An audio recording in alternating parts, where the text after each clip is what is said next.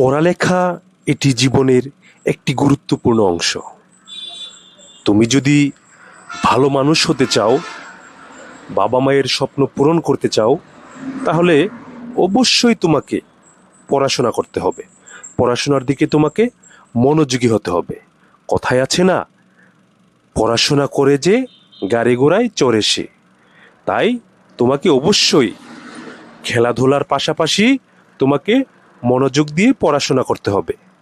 তোমাকে চেষ্টা করতে হবে যে আমি ক্লাসের সেরা ছাত্রী হব।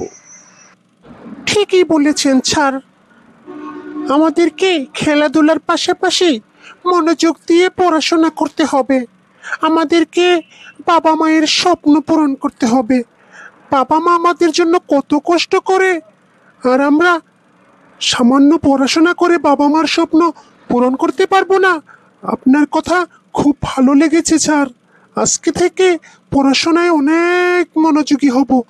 ধন্যবাদ স্যার, এত সুন্দর পরামর্শ দেওয়ার জন্য।